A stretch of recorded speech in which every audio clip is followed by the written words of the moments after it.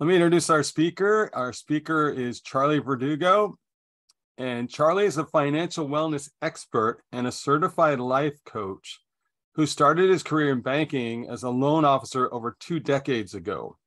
During his career, he's held many positions in management and executive level leadership for several of the largest banks in the country and has had the privilege of developing, training, and leading many top performing teams.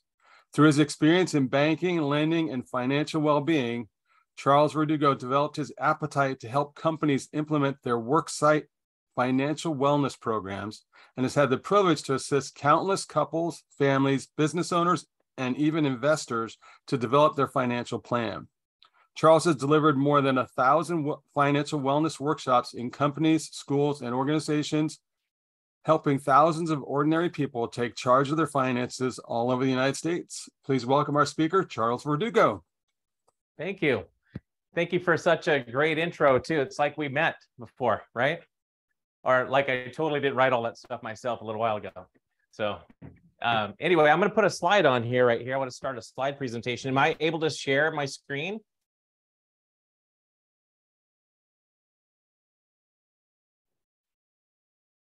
Sabrina?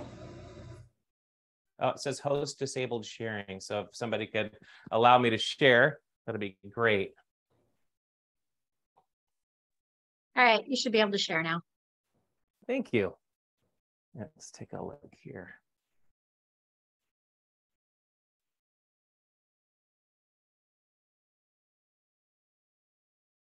All right, everybody, somebody give me a thumbs up if you can see my screen there. And I'm doing something cool with my iPhone here, so it's not like I'm waiting for calls and wanting to make a text message. So can everybody see my screen? Let me see a thumbs up real quick. Okay, perfect. So Coaches Connect, thank you so much for allowing me to be out here today. This is what I call my financial wellness debt strategy workshop because of all the workshops that I have the privilege to deliver in my time. As you guys heard, it's over two decades in banking. And actually now in financial wellness, it's almost 25 years. So I don't want to date myself. You guys are probably saying, how is that guy so young and handsome with 25 years of experience?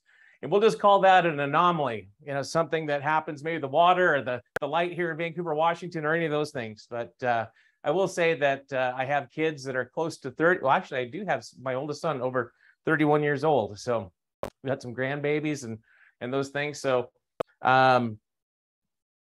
we've already done my intro, but I will say this: 25 years in banking, I've delivered a little bit more than 1,000 financial wellness workshops, and I call this the single greatest chapter of my career. Is being able to help people go into coaching and either doing it one-on-one or with large groups. And it's so exciting to see somebody, not only when you deliver the workshop, but to see people take charge and take action in the way of their finances. If you think about the way that we relate our life experience, I see all these coaches right here, and everybody has a little bit different experience, but the way that we relate our whole life experience, it's career, finances, relationships, and health.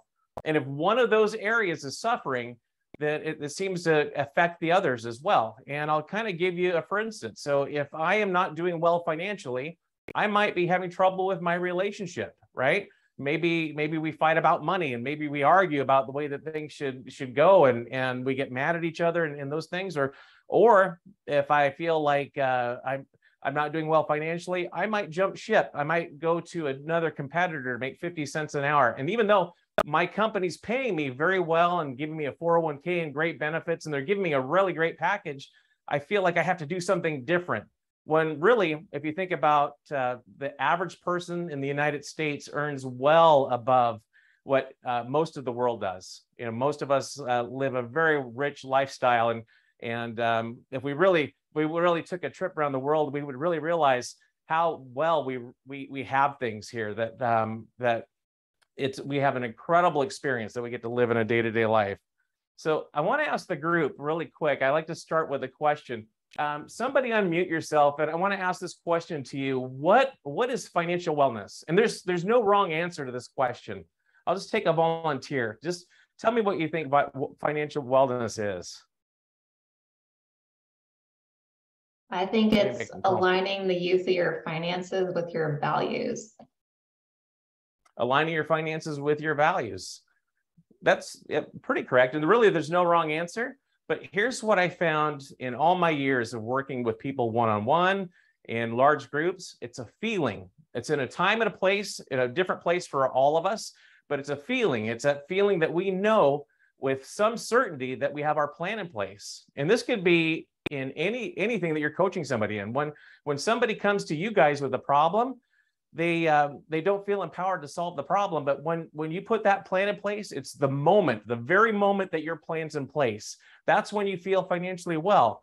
You don't have to solve it today, but if I can look at any one of you guys and say, hey, if I can look at Rob and say, hey, you're going to be debt-free 2 years, 5 months from now, and you're going to have X amount of dollars in savings, that's going to be a really good feeling. And you're going to think, wow, I didn't know that I could do that if I just have that, if I have my plan in place.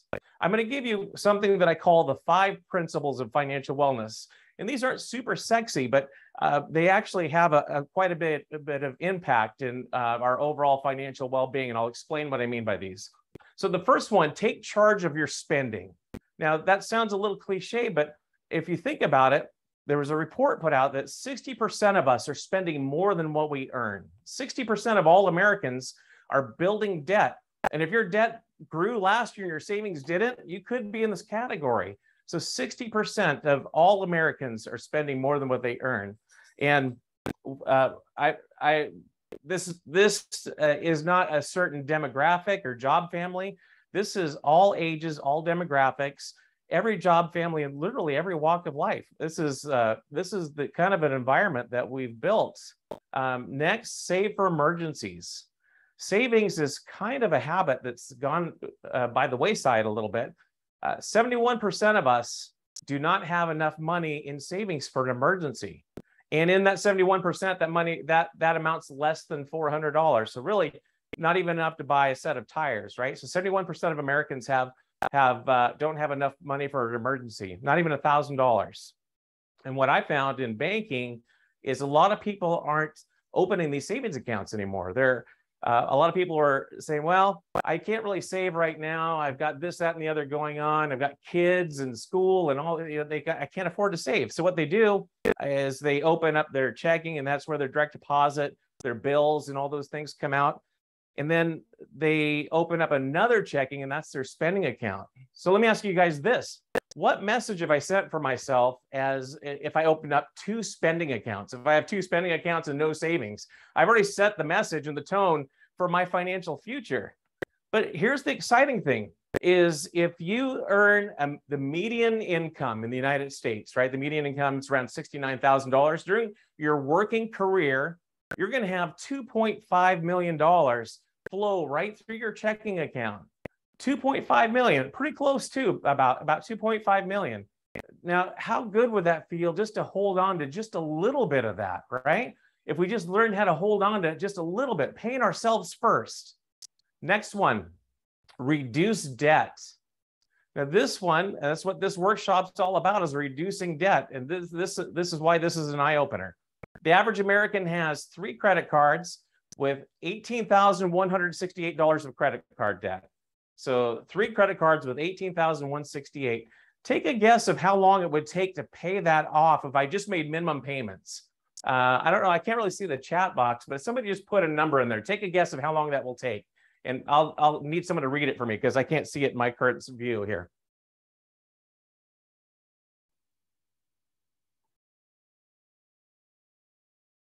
So we've got 30 years, 40 years. Yeah.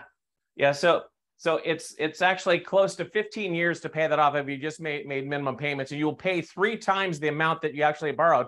And that's considering that you stopped charging at one point on the credit cards. So the credit cards can be a trap, right? So they can be a big trap. And a lot of times it's so exciting to get that new card in the mail. It's emotional. You get that card in the mail, and then you sign the back, and you call and you activate it. It's all shiny, and you put it in your wallet, right? You put it in there, and it feels great in there. All of a sudden, you feel like you have that money in bonus money. Like it's just all of a sudden you can feel it. It's calling to you. And next thing you know, you're buying scuba gear. and you're buying, you know, a sound bar, and you're buying, you know, video cameras and all these things. And hey, let me catch the tab at the, you know, and next thing you know, you have all the thing is it feels like bonus money, but then that bill comes due, right? That bill comes due every time. And here's what happens is, as I'm noticing that some credit card companies will give you 2 and 3 credit cards. I've looked through people's credit reports and through their bank statements, and I see they've got you know, couple 3 Chases, a couple 3 Capital Ones, and they're happy to give you more credit cards. And what happens is we borrow a little bit of money on a credit card, and then this is like our pool of income. This is my metaphor for it, if you can see it. This is my pool of income, right? We borrow a little bit, then we have a car payment, and that pool shrinks a little bit. That pool of income shrinks. Then we get another credit card, and that pool shrinks a little bit more, and then maybe a second mortgage. And pretty soon, our finances just have a chokehold on us. They have a chokehold on us, and we don't really know how we're going to get out of debt. So reducing debt is a big one. Then build equity in your home. So we also live in a time and place where only 34% of Americans have paid off their home, right? 34% of all Americans, when there's a lot more than that in the retirement years and whatnot. So there's still a lot of people in the retirement years with 30-year mortgages, some of them with reverse mortgages. That isn't the American dream. The American dream is to pay off your house and live debt-free and enjoy those golden years, and not think about maybe having to go back to work and maybe take a second job, and your feet hurt and you're old, and you just, you know, you need to enjoy the grandkids and things like that. And then the last one, which is the most exciting, is plan for the future. This is where you're debt free and you've got money in savings, and you're building your investments, and you have money to give away to the kids and to your family, where you can have enough to share, where you can make a valuable contribution back to your family and be able to help and share your legacy. And before I go to my next slide, I want to share raise your hand if you've heard the story of Teddy Johnson. It's from the 90s, so it's an old People magazine article. Ted Johnson, he passed away around age 90, and I saw a hand raised, so it looked like Cal might have heard of Teddy Johnson, but I'll tell the rest of the group. So he worked for the United States Post Office. He never earned more than $14,000 a year, but he always remembered to pay himself first, and he always remembered to invest. Take a guess of how much he was worth about the time that he passed, around the turn of the century. So he was close to 90 years old when he passed, lived almost a full century. So take a guess. You guys are all on mute right now. Just take. I said $100,000. Yeah, 100,000. Much more than that. A million so he was too. actually worth $70 million. $70 million about the time he passed. No one knew it. He had this great nest egg, and when his passing was, he knew that, you know, things were you know, he was winding down a little bit. So he gave half his fortune to his favorite charities, and it gave him great joy. It made him feel incredible to give that money away to some of his favorite charities. So he gave away $35 million and still left a huge legacy behind for his family. And before you think, well, I need to work for the United States Post Office, here's what he did: is he just always invested a little. He paid himself 20%, no matter what. His dad taught him that.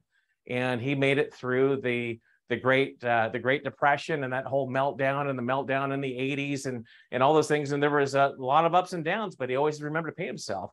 And he earned a very, and now I should say that those results aren't typical. So, but it's an incredible experience for him. So let's start with what has changed. So I have this elderly couple well into their retirement years. I want you to think back about your grandparents. So maybe this is grandparents' age, right? A couple generations ago. What did they use debt and credit for back then? What did they borrow for back in this time? Think about it. This is probably this couple probably grew up, you know, in the 50s, maybe, you know, started, you know, got married in the 50s or somewhere in that area. So what do we use debt back then? Credit and debt. And I can't see your chat box. Yeah, mortgage only. Probably. Yeah, back then mortgages were cheap. $10,000, $12,000, you could buy a house, and it was maybe a 10 or 12-year loan. But guess what they didn't do? If they did not get a second mortgage, and if they did, everybody on the block knew it, right? It was like they filed bankruptcy. No one got a second mortgage. Now it's like, oh, we got to get another second, on our house. We want to go on a great vacation, and all these things. Back then, they saved for their vacation. So they would put money maybe in a jar above the refrigerator, and they would put some cash in, and they'd plan. They go, man, next year we're going to take that dream vacation.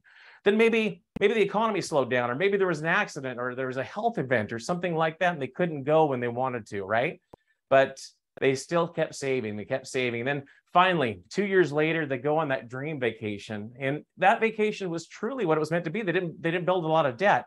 They were able to pay for it, and that vacation was incredible because they saved for it and they earned it, and it gave them a lot of pride, and they felt good that they did that, and they worked together to get it. Does that make sense so far?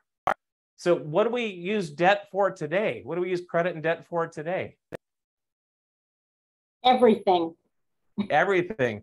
I had a gal that I worked with last week that we did the same workshop with, and she said, yeah, I financed my last pizza. It's on a credit card. So yeah, so we have changed as a society where we use credit and debt for everything. And everywhere you go, it's calling to you. They're saying, yeah, low payments, 0% down, no payments until 2000 whatever, right? 0%. But are you really getting any deal or anything out of those things at all? So I want to share with you, I like to Google this, and I've Googled this just recently, what causes debt? And I like to ask my audience, what really causes debt? This is what I believe was on NerdWallet here when I Googled this. It's and if I ask anybody, they will probably tell me one of these things is what causes debt. So reduced income without changing your expenses, divorce, poor money management, underemployment. So underemployment, that one, a lot of question marks, especially as a coach. I'm going to want to talk to you about underemployment for sure, right? About building value and building your skills and things like that. Medical expenses, saving too little or not at all, no money communication skills. A lot of people blame it on the spouse. You always hear that every time. They blame it on that other person, right? They're running crazy, they tell us. Banking on a windfall, and then financial literacy. So those are the top 10 reasons. Now, I'm going to disagree slightly. Maybe these could cause debt, but really it's not having your plan in place and moving with, and having your goals and because we put our plan in place with everything that we work on, right? So when I take you through these slides, what I'm going to do is I'm going to take you through what I call the top 10 strategies for paying off and staying out of debt. Now, if you listen carefully, there's more than 10 strategies. So some of them are sub-strategies. Really, there's only 3 real strategies in here, but the sub-strategies around the strategies, if that makes sense, is what will help you pay off debt and keep you out of debt forever. First one, set goals. Now, I see all the coaches, they all get excited when I talk about setting goals. Heck yeah, we have to set goals.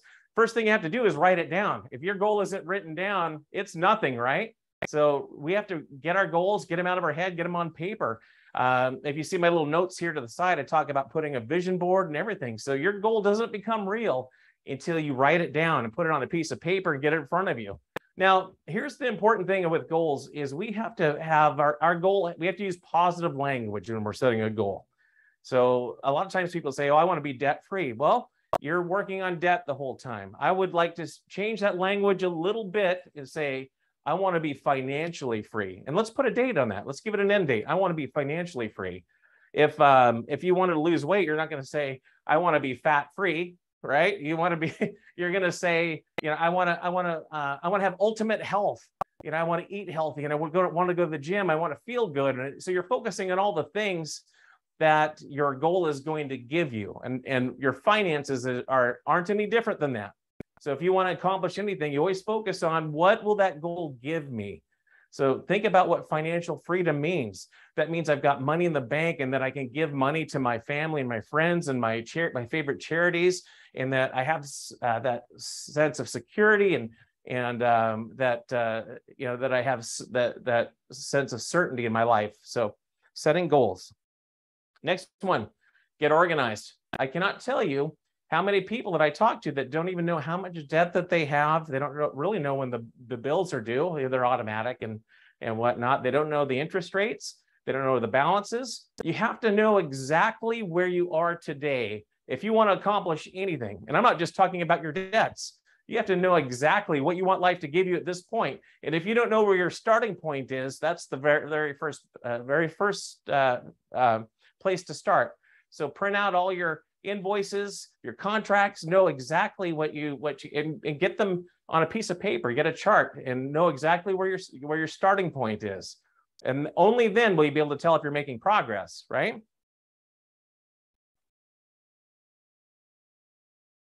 Next, choose your tools. This is very important. A lot of people end up losing sleep and they experience a lot of personal stress with their finances. You have to get it out of your head. You have to get it out of your head and get it on paper or get it in your favorite financial wellness software. There's a lot of them out there. There's QuickBooks and there's Microsoft Money. There's a great one out there that's called, it's actually called Rocket Money now. They're just rebranding. It used to be called Truebill, but they're changing. It's called Rocket Money. And they have a free service and they've got a premium one that you can pay for. They'll actually renegotiate your services for you, cancel any of your streaming services and things like that. They'll negotiate your cell phone, your cable plan, and they help you bring some of those monthly expenses down. And then there's also Mint. That's a free service out there, but it doesn't matter what you use. I was working with a banker and she came to one of my financial wellness workshops, pretty young girl, fresh out of college. And she was just kind of helping out with the workshop, but she ended up taking a whole bunch of notes, went home, and she wrote she did her whole budget and her whole year, and she planned it, and she goes, boy, this is so exciting. I didn't realize that I can plan my savings. I can plan, when I'm going to be out of debt and all those things. So choose your tools, get it out of your head, and start sleeping a little bit better at nights. There we go. Review your monthly spending. This one is a critical step. Just like I mentioned before, that a lot of people don't know how much debt that they're in, and their due dates and their interest rates that they're paying or any of those things. A lot of people don't know where their money goes. And in the beginning, when you're first making a plan of attack for your finances, I recommend to print out 3 months bank statements and maybe do a green, yellow, and red exercise. So maybe take green, and those are all your planned expenses, right? Your regular bills, your electricity and your utilities and all those things. And you plan all those, everything that's planned. Then yellow, maybe that's impulse buys. Maybe it's Amazon Prime and some other shopping clubs and things like that. And red could be going out dining, fast food and those things. And you can kind of make some new decisions as a result. Now I can find $7,000 a year of just incidental spending in the average families. When we do this exercise, I can find $7,000 a year. And I ask them, do you want to keep going out to coffee every day? Or would you rather have an extra $7,300 in your savings account? And I'm not saying give those things up. Don't give those things up. You can actually make a new choice. Maybe give yourself an allowance and only do it once a week or any of those things, right? So review your spending. This is an actual credit card statement from somebody that I helped last year. So she was only making her minimum payment, which at the top of the screen, you can see it's $89 a month. She's only making her minimum payment. But if you look in the middle of the screen where that second red arrow is, if she only made the minimum payment, she would have paid off her credit card in 13 years. So remember we were talking about in the beginning, 13 years, and it would have cost her $8,143. Well, your credit card statement, they're required to tell you when you can pay off, to give you the payment to pay off your loan in about 2.5 or 3 years. And that's the second one. So if we didn't do anything else but change our credit card payment to the 3-year or the 2-year plan and put it on an automatic payment, did nothing else, we'd be debt free in a couple of years, right? A couple, 3 years. So, but look at how much interest it saves. So it saves her extra $3,400. And everyone just raise your hand if you'd like to have an extra $3,400 in savings. I know I would. So $3,400 of additional savings.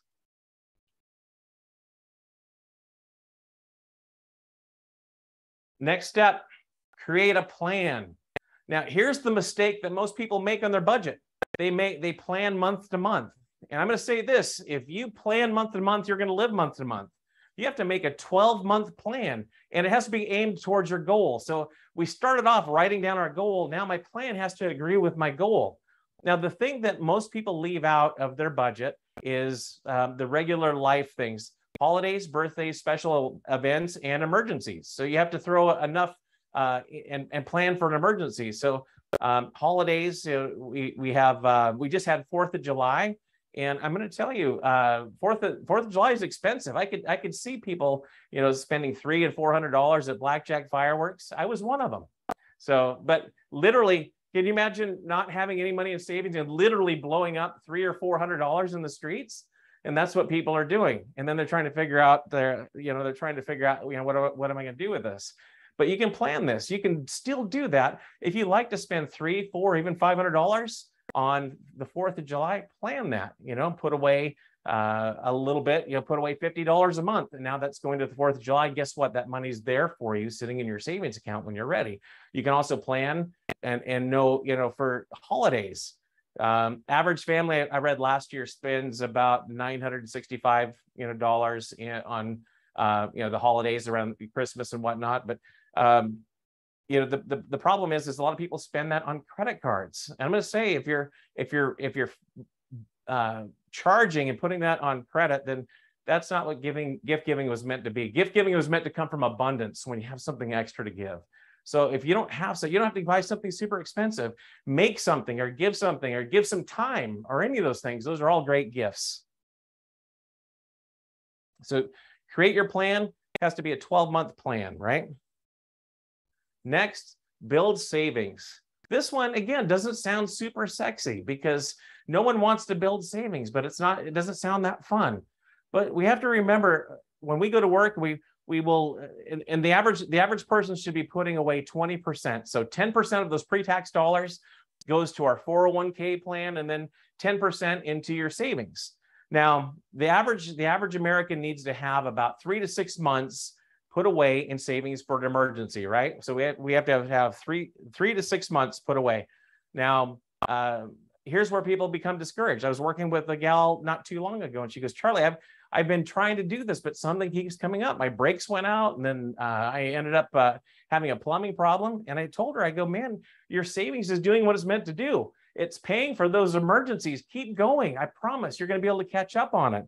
And I'm proud to tell you today that she's doing very well, and she's buying her first house at age 43. So she's pretty excited. So, and I see that I'm running low on time. I'm going as fast as I can, you guys. So next, choose your strategies. And I mentioned there's 3 strategies. So the first strategy is what I call the avalanche. And this is the one that's the most mathematically correct. The largest balance, pay off the largest balance first with anything extra that you can attack it and shorten the term. A lot of times people think, well, I've got to pay off my credit cards first. They're like 18%, and my car loan's only 6 or 5%. Well, I have another slide after this. I'm going to show you why it's mathematically more correct to pay off the largest balance first. Psychologically, people are more likely to stick to a debt strategy if they start with the smallest balance, because you get that immediate reward.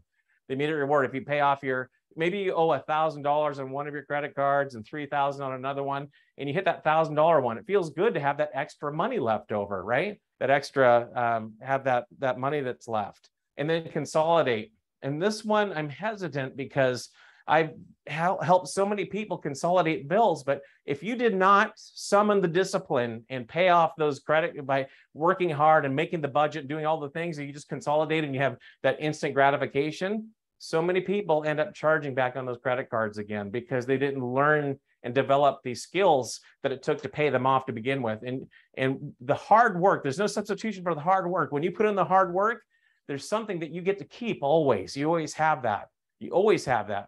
And by the way, I'm not just talking about debts, because that spans across everything that we're working on. Hey, Charlie. You have until 7:10.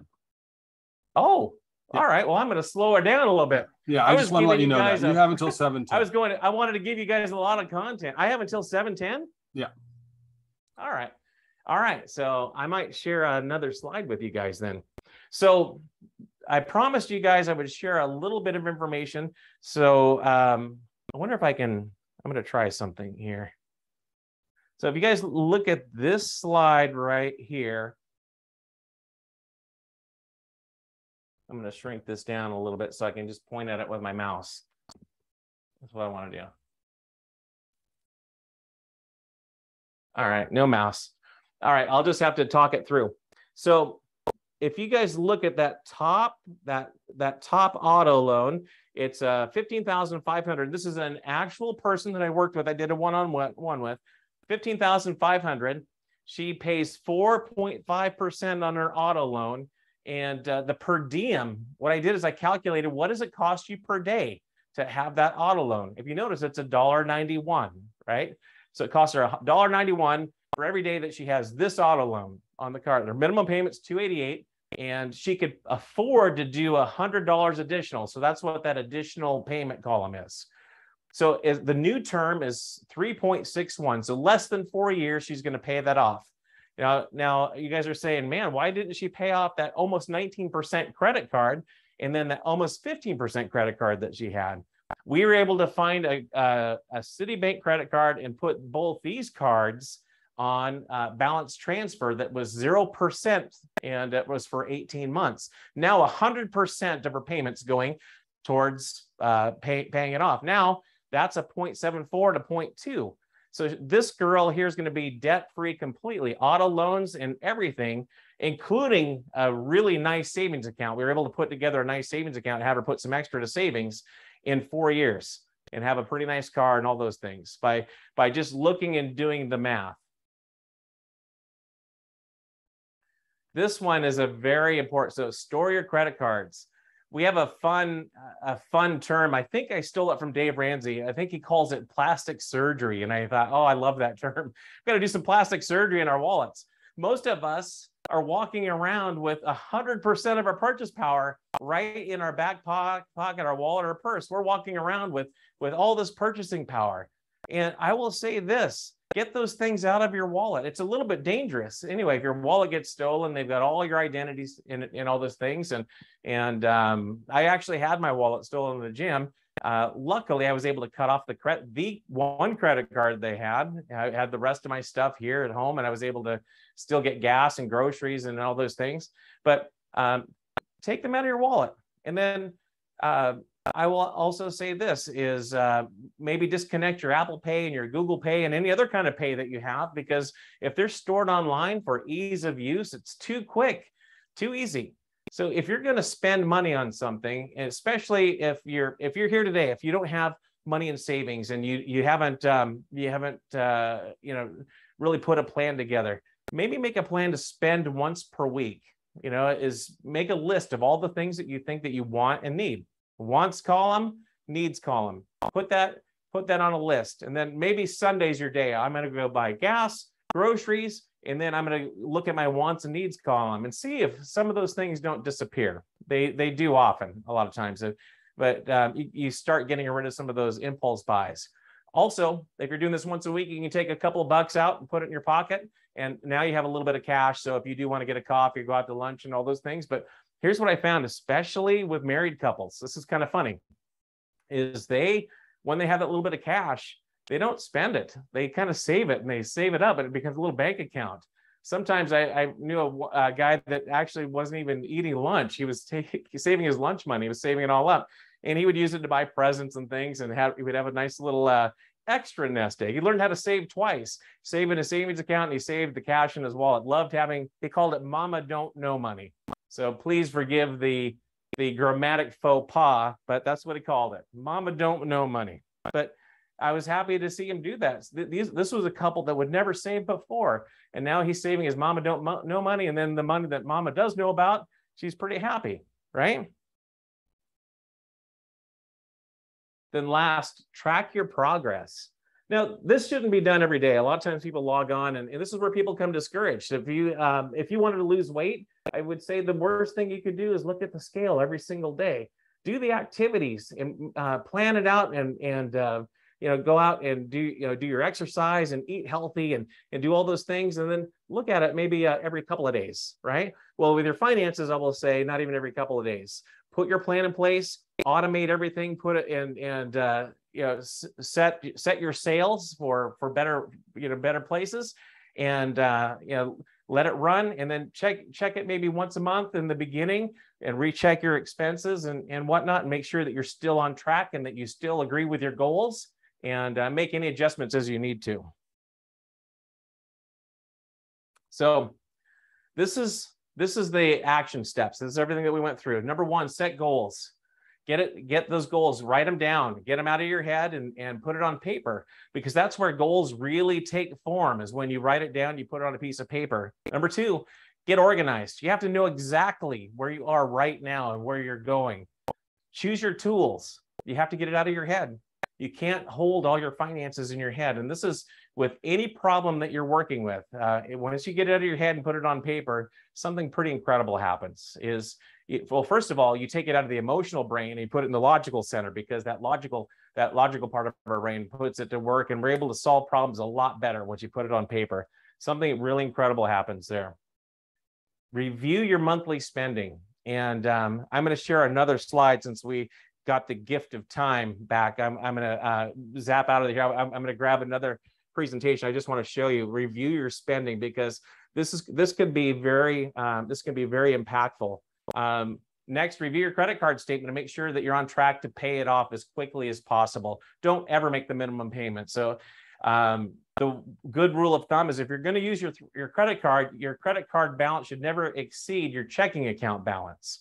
Because if you're borrowing more than you have at that particular moment, you're already making a plan to go into debt. So your credit card should never exceed your checking account balance. Use it, and make the credit card companies pay you in points and airline miles or whatever things you get back, but pay it off the moment that invoice comes due. A lot of times you have about a 45-day float on that. Create your 12-month plan and automate it. And remember what I said is, if you plan month to month, you're going to live month to month. So make a 12-month plan that's designed to hit your goals. Build savings. Now, savings, we talked about that, but here's the strategy with savings is we need to have 3 to 6 months worth of savings. Do we stop saving when we have 3 to 6 months? No, I see a net. No, we don't. So this is a lifetime thing. But here's what. So you have a regular savings account, right? And you're putting money away. You're really not earning a lot of interest. When you get that 3 to 6 months, I would say change to a money market savings. It gives you a little bit more flexibility. It gives you a little more interest, but that's not what you're doing that for. Then after you hit that 3 to 6 month of take-home pay, then you're going to attach it to a brokerage account and start giving a little bit of money to the brokerage and start investing. And putting a little bit of money away for the future. So this is kind of a bucket approach at that point. So you've got your security bucket, right? Then you've got your investment bucket. So as your investment bucket grows, it goes up and up and up, right? And then pretty soon, it drops, and it basically cyclical with the market. But as this grows and you get your quarterly statement, you're going to shave about a third of the profit. And you're going to put it back in cash, right? So I've got a third of this, and it's going. So it's actually helping me grow my cash bucket. My cash is growing and growing. And then we're going to take another third. We're going to put it in what we call a dream bucket. Well, in our dream bucket, that's what you're going to use to buy jet skis or your dream vacation or all those things. And you're growing that out of your investment.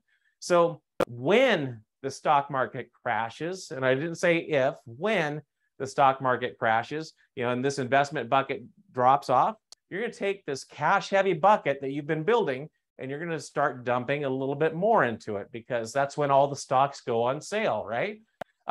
Anybody that has a little bit of cash put away is pretty excited right now with the recession, even though it sounds horrible, right? They're talking recession and all that stuff, and you don't know what news channel to watch. Well, when those stocks go on sale, is Apple going to go out of business, or is Google going to go out of business? I don't think so. No times.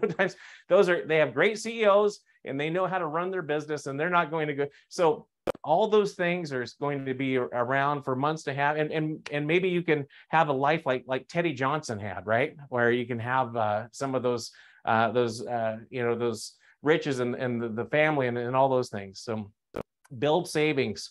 Choose your strategy. You have to have a strategy in place along with your goals, right? You have to have, basically, if you want to achieve anything, strategy, mindset, and action. Those are the three things. You got to have that strategy. So choose the strategy, whether it's to do what I call the debt avalanche, right? Or to do the snowball, or to consolidate. But I'm going to dissuade you against the consolidation because it doesn't have the discipline hooked up to it. Get those cards out of your wallet, disconnect all those online buying services, and then track your progress and celebrate along the way. So that's debt strategy very quickly, but I want to share that other slide with you guys because we're talking about watching what we spend. Let me see if I can. These are my future workshops, but I'll come back to this. All right. All right, so this one. So we're talking about spending right here. So coffee, fast food, groceries, streaming services. And if I just,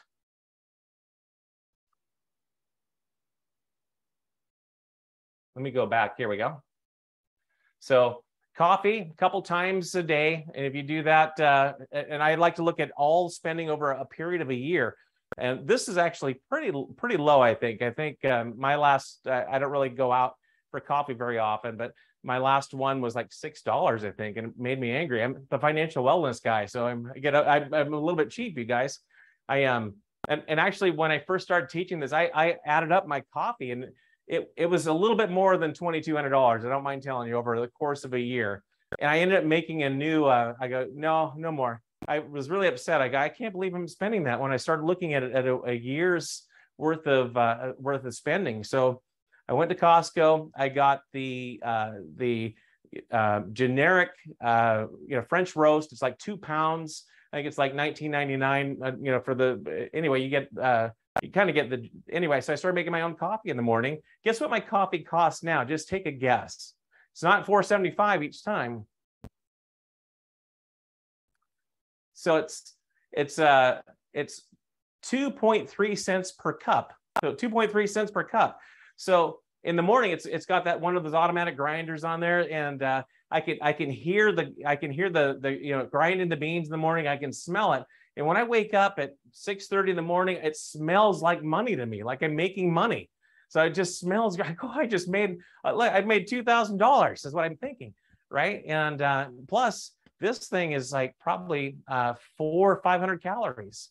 So anyway, I was just thinking we shouldn't even be putting that in our bellies. And then going out to eat. So going out to eat, and I think this is probably about accurate. $12 5 days a week, another $28.80. So close to $3,000. And you guys are saying, well, man, and that looks delicious, right? That looks super great. You're thinking, oh, in fact, I haven't eaten yet. I think it looks so great, but the truth is that this food isn't good for us anyway, going out to eat it. There's too many calories, too much salt. And what happens is you eat this thing, you're laying under your desk, you're trying to digest this thing, right? You're all sweaty, you've got the meat sweats, and then you go get another cup of coffee to get your energy back up. So then shopping with a grocery list.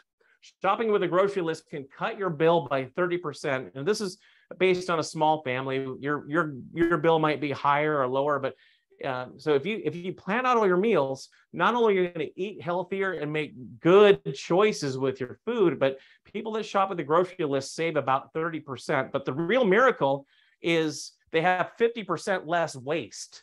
So they throw away 50% less. We throw away so much good food in our great nation that we live in. So you have 50% less waste by planning out your meals, and you make healthier choices, right? This is where the real wellness comes in financial wellness.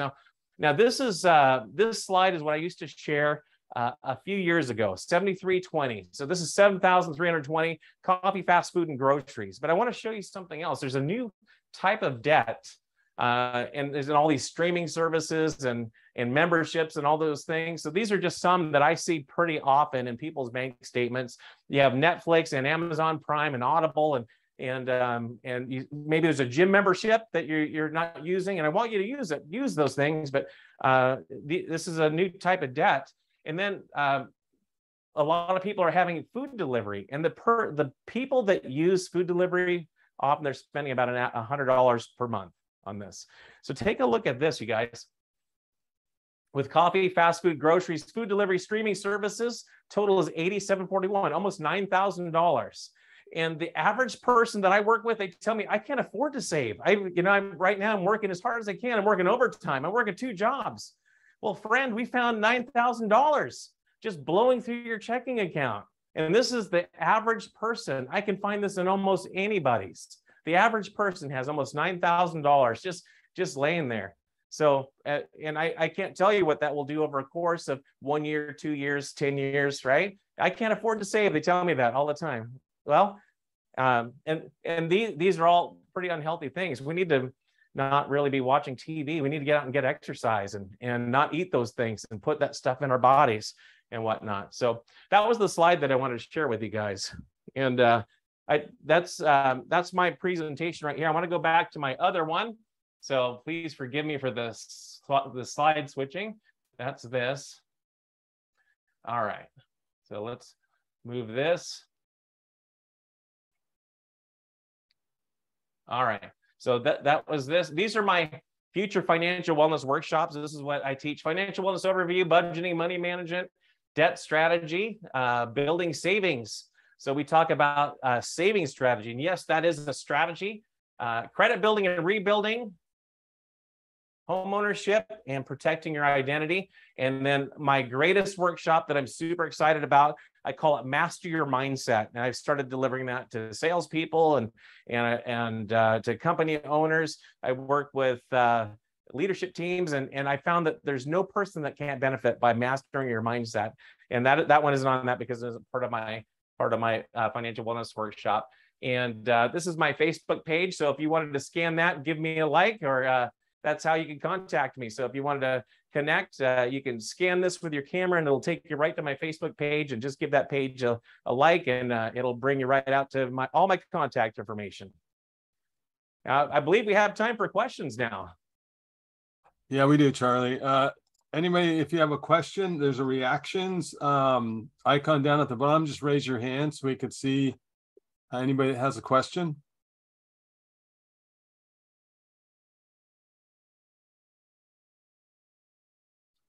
Did you tell me to take my box down?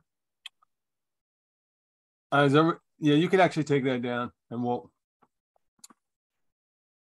Yeah. So anybody else? Anybody have a question for Charlie? Well, I have a comment, but I can't find the little stupid hand. So can I just ask it? Oh, you can just ask it. Go ahead. Charlie. Yeah. Thank you. This was great. Charlie gave a much more limited version of this a month or two ago at our Coach Masters group. And at that time I said, I really would like to hear more of it. Oh, look, I got to hear more of it. So many of your principles are just, and you said it, it's not just about finances. It's about life in general with many of these principles. And I love especially when you get started, yes, set your goals, but know where you're starting from. Because I realize that for many of us, who are coaches, we have to know where our clients are starting. And they have to be honest with themselves to be able to say, yeah, this is where I really am. And so I think that especially in your finances, that's a really important place to go. And Charlie, I make this vow to you in front of all of these witnesses. When I actually start making some real money, I'm coming to you for coaching, just saying. Thank you. Yeah, thank you. Appreciate it. Richard. Charlie, great stuff. Wow, this was just so good. The 10 strategies were really, really excellent. And, one of the things that struck me was working with, when we think of the money management and as coaches, how we are going to deal with the clients, like Annette mentioned. But the flip side of that is, how are we doing as a business being a coach? And there's a different, I'm really interested in your mindset presentation, because there's a different mindset that we need to have as business owners compared to coaching clients.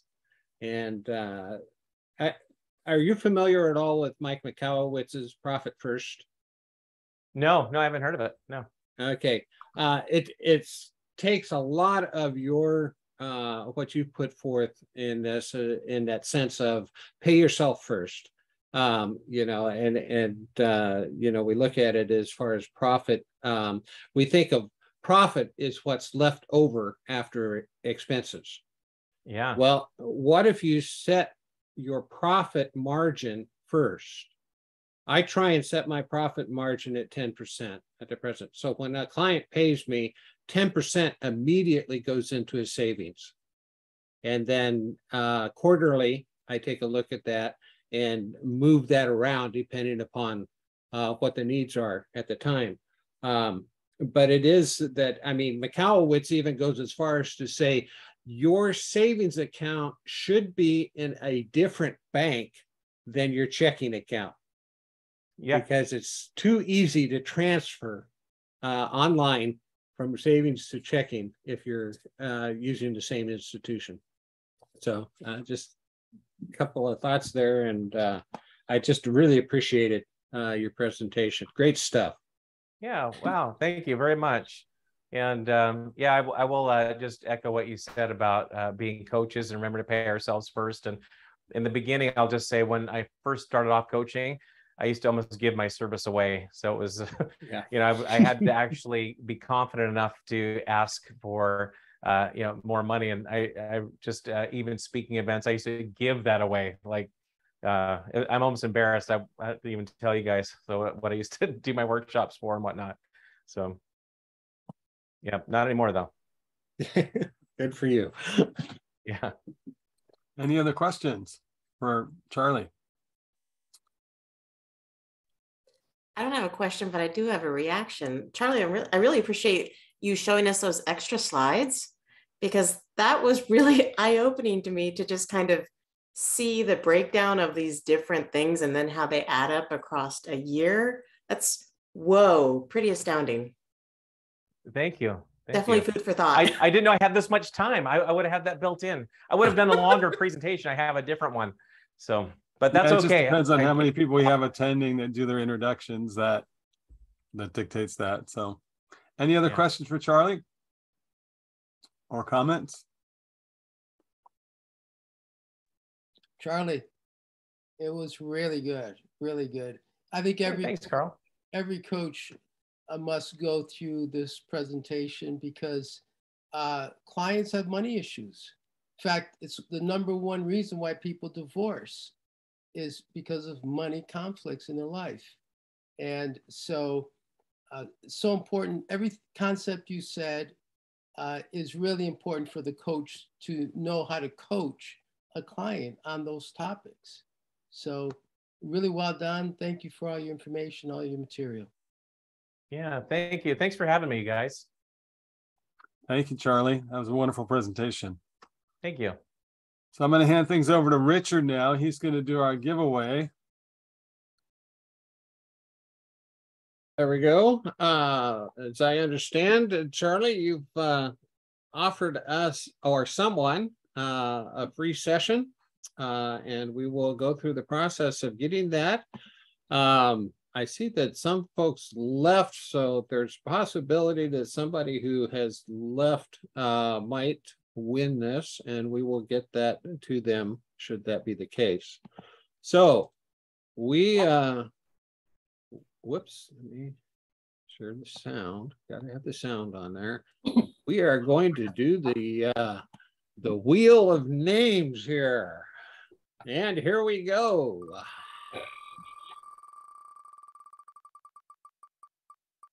And it looks like Bob Dunas is our winner.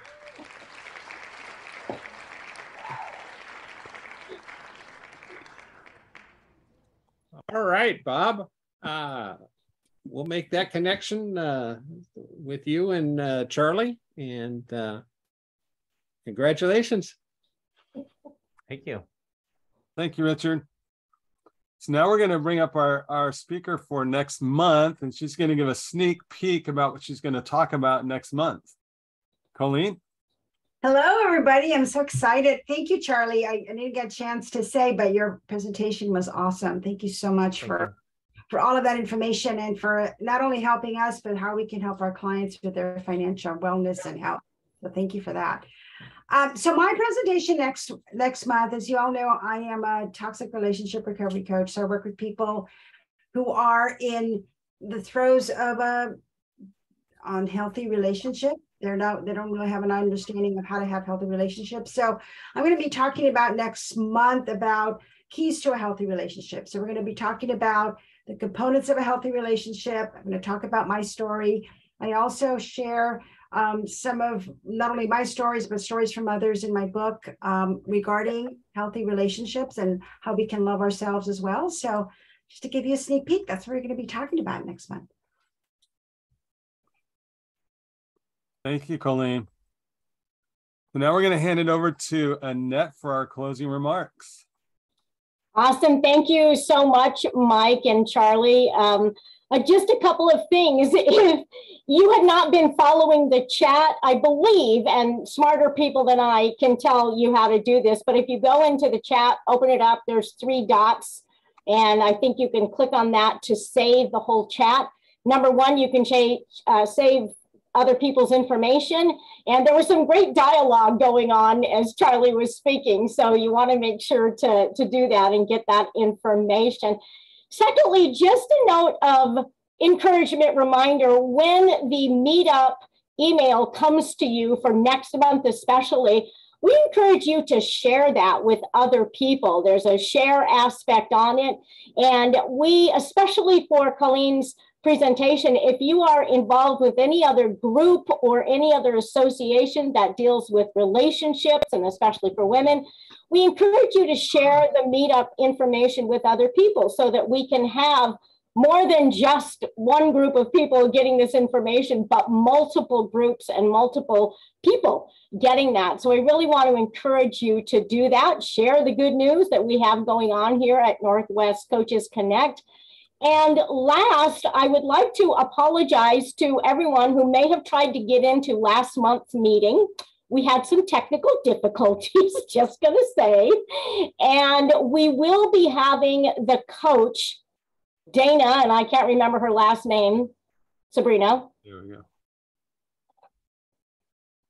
Dana Neeland. Dana, thank you very much. Dana Neeland, she will be presenting her storytelling for coaches in the month of November. So be sure to mark that date. I mean, hopefully you have the 3rd Tuesday of every month already marked off for meetup, but she will be presenting at that time. So we just kind of wanted to make you all aware that technical difficulties, but we will be having her back, or actually for a first time. All right. Hey, thank you all so much for being here. As always, thank you for the coaching that you do. And be sure to share with anyone what we do here and invite them to come with, because as you can see with what Charlie presented tonight, it's not always just about one aspect. It covers a variety of aspects.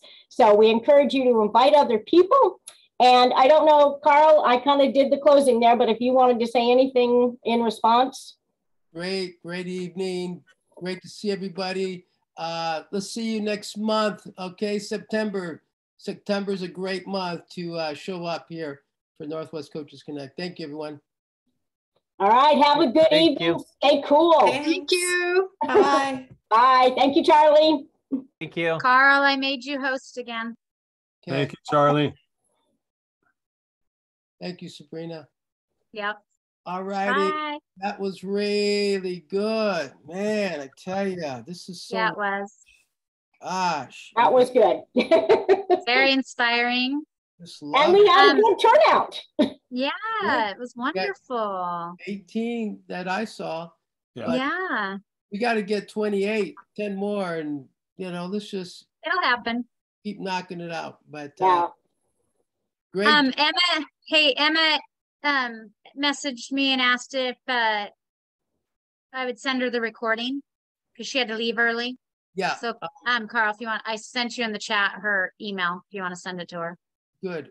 Ricky, I'll get Well, that. it'll be on our YouTube page. You could just tell her to It go will. to the YouTube. Yeah, I'll do that. I'll just email her and tell her. Because that way you can eliminate having to have other people email and just say, go to our YouTube page. It'll be there hopefully within the next week or so. Yeah. Yeah. Knock it out. We'll Okay. edit. We'll edit a little bit and then we'll knock it Okay. out. Perfect. Awesome. All right. We'll see you all next Tuesday. Super job. Mike, good Bye, job. Annette. Thank Yeah, you. Bye, Mike. Mike. Good job. Thanks. Yeah, excellent job hosting. I could see your brain going, okay, what's next? What's next? What's next? You have the agenda in front of you. What was that? Awesome. It's nice when you have the agenda in front of you. I printed it out and then I had it on the screen too. So I am so sorry. No one told me that I didn't have that attached to my email. That'll be one of those things we'll discuss next Tuesday. yeah, that's my bad. I just assumed it was there and then I already saved it into my Northwest Coaches folder. I don't know, but we'll talk about it next week. All right. Thank I you had all. the July agenda Bye. up to just in case for the format. For us. Yeah. What's that? Give Gus a big hug. Oh yeah, he's with Pete now. So, but I will. All right. Take care, Okay, everyone. see All right, you. good night, everyone. Bye. See you tomorrow, Mike. Okay. Bye. Bye.